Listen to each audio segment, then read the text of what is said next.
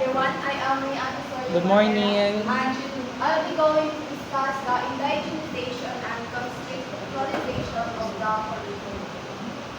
Thank you, Reed. Contextualization and localization of lessons may be employed by the educators to enhance the academic performance of the learners. They may embrace and commit their time to be creative, forward-looking, and adept in using available resources within the community. Construct a real-life experience, enhance topics, and concept issues that are relevant so that needed skills and competencies will be developed among learners and become unprescribed by the K-12 program. So, educators may implement the contextualization and localization of learning materials in other fields of discipline because it shows as a that affects to the student's performance, has been proven effective in the strategy of imparting the lifelong learning outcomes among the learners. So, these are a 105-33 or Enhanced Basic Education Act of 2013 section curriculum development, the DPCHO formulate the design and details of the enhanced basic education curriculum to craft a harmonized basic and tertiary curriculum for the global competitiveness of the Filipinos. So these are the purpose of this RA is to save and improve the basic education system in the Philippines. Ito ay naglalayong palawagin ang basic education sa Pilipinas. Di ba noong una ay 10 taon lang yung binigay ng basic education para tayo ay mag-aral ng high school. Ngunit dahil sa RA na to ay mas pinagdagan pa ng 2 taon upang ihanda ang mga estudyante para sa kanilang kolehiyo o sa kanilang paparating na trabaho. So, naintindihan ba ang purpose nito? So, what is contextualization? It refers to the educational state of relating the curriculum to a particular setting, situation, or an area of application to make the competencies relevant, meaningful, and useful to the learner. So, kapag sinasabi natin contextualization, ito ay pag-angkop ng isang curriculum sa particular na konsepto ng mga mag-aaral or sa paaralan o sa isang komunidad. Ito rin ay gagamit upang sa contextualization kapag ikaw ay nagtuturo ay dito napapasok yung aplikasyon na nakabatay sa realidad ng mag-aaral.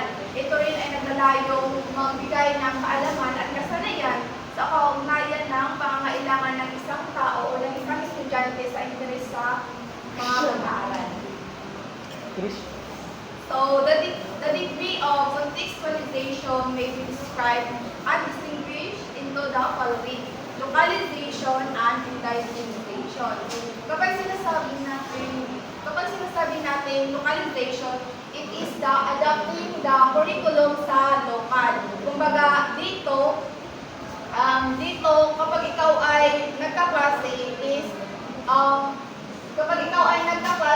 ina-adapt mo yung mga kasanayan na mayroon sa isang lokal.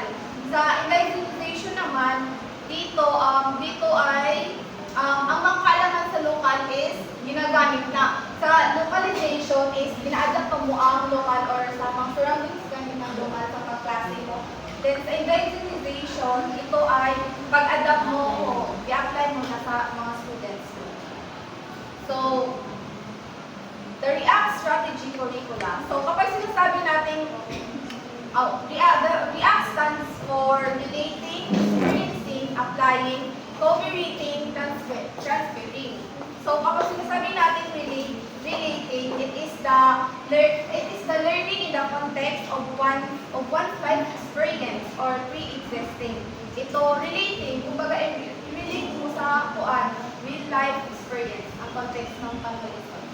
So, ang experience naman, ito ang sabi nila na learning by doing. Kasi kadalasan sa mga estudyante is mas natututo sila kapag ginagawa nila yung kanilang next is the act. Learning by putting skills to use. Tapos ang cooperating, dito na napapasok yung collaboration within the student or sa labas ng paralan. So the last is transferring. Using knowledge in a new context of novel situation. So what is alternative learning system? Kindly. The alternative learning system is a parallel learning system in the Philippines that provides opportunities for out-of-school youth and adults, learners to develop basic and functional literacy skills and to access equivalent pathways to complete basic education. So, alam naman natin na ang ALS ito ay naglalayong magbigay ng oportunidad or pagkakataon sa mga taong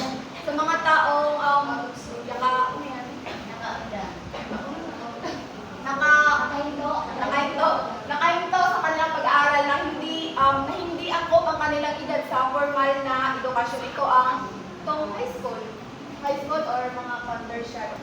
So, kapag ang curriculum schedule ng ALS sa kanilang klase is kung sa formal na edukasyon is whole day tayo magkaklase. Ang sa ALS is sa isang linggo kaysa lang kayo magklase kasi module lang ang ginagawa nila.